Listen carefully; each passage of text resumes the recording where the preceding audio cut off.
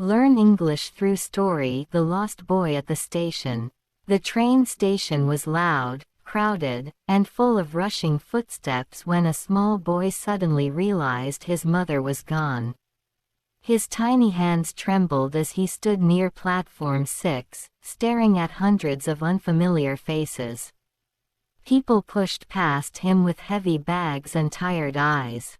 Nobody noticed the tears slowly rolling down his cheeks. "Mom," he whispered weakly. But the station swallowed his voice. A train whistle screamed through the air. The boy looked around desperately. Every woman in a blue dress looked like his mother for 1 second, then became a stranger the next.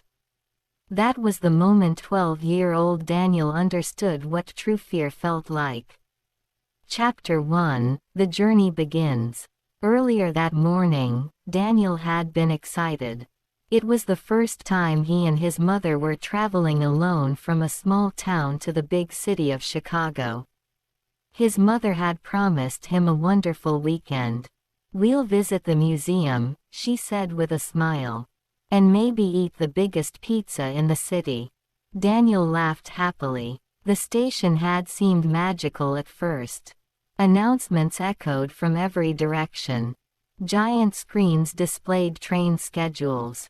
Travelers hurried across the shiny floor while vendors sold coffee and newspapers. Daniel held tightly onto his mother's hand. "Don't let go," she warned gently. "I won't," he promised. But promises are easy to make before trouble begins. Chapter 2: One Small Mistake. Their train was delayed for 40 minutes. Daniel grew bored while waiting. Near the station cafe, he noticed a small toy machine filled with colorful keychains. One keychain looked exactly like a little red train. "Mom, can I see it?" he asked. His mother nodded while checking their tickets. Daniel walked only a few steps away. Only a few steps. But in a crowded station, a few steps can become a disaster. A sudden crowd moved between them. Travelers rushed toward a newly arrived train. Large suitcases rolled across the floor. Daniel turned around quickly. His mother was gone. At first, he wasn't worried. He stood on his toes, searching calmly. Then the calm disappeared. His breathing became faster. "Mom." No answer. "Mom." Still nothing. Fear climbed into his chest like icy water.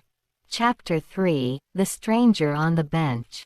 Daniel searched through the station for nearly 20 minutes. He checked the cafe, platform 4, platform 6, the ticket office. Nothing. Finally, exhausted and terrified, he sat beside an old man on a wooden bench. The man wore a gray coat and held a newspaper. "You look troubled, son," the old man said kindly. Daniel wiped his eyes quickly. "I lost my mother." The old man folded his newspaper carefully. "What's your name?" "Daniel." "Well, Daniel, the first thing we do in difficult situations is stay calm." Daniel tried, but his voice shook. "What if she can't find me?" "She's looking for you right now," the man replied. "A mother never stops looking." Those words gave Daniel a little hope. Chapter 4: The Announcement. The old man guided Daniel to the station information desk. A woman with glasses listened carefully. "What does your mother look like?" she asked. "She has brown hair and a blue dress," Daniel answered nervously. "And your last name?" "Parker." The woman picked up a microphone. "Attention please," her voice echoed across the station. "Will Mrs. Parker please come to the information desk? Your son Daniel is waiting for you."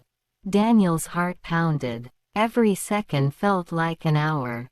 People continued walking past. A baby cried nearby. A train arrived with a loud screech.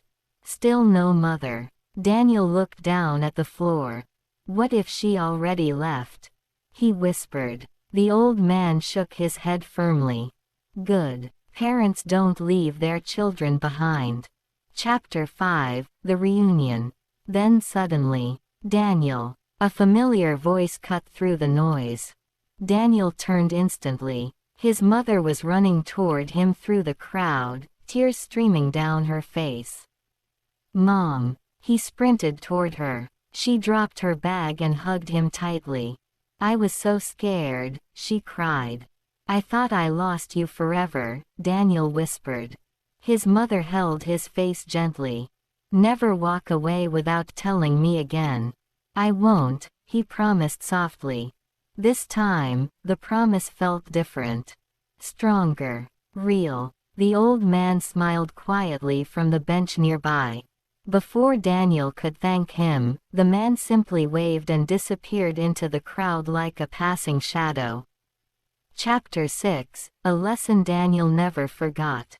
Years later, Daniel still remembered that frightening afternoon at the station. Not because he got lost, but because he learned something important. In moments of fear, panic makes everything worse. Staying calm, asking for help, and trusting the people who care about you can guide you back home. And sometimes, a stranger's kindness can change a terrible day into a story you never forget. Practice sentences. The little boy trembled with fear. Our train was delayed because of the rain. She asked a stranger for help at the station. The teacher guided the students carefully. Everyone felt happy during the family reunion.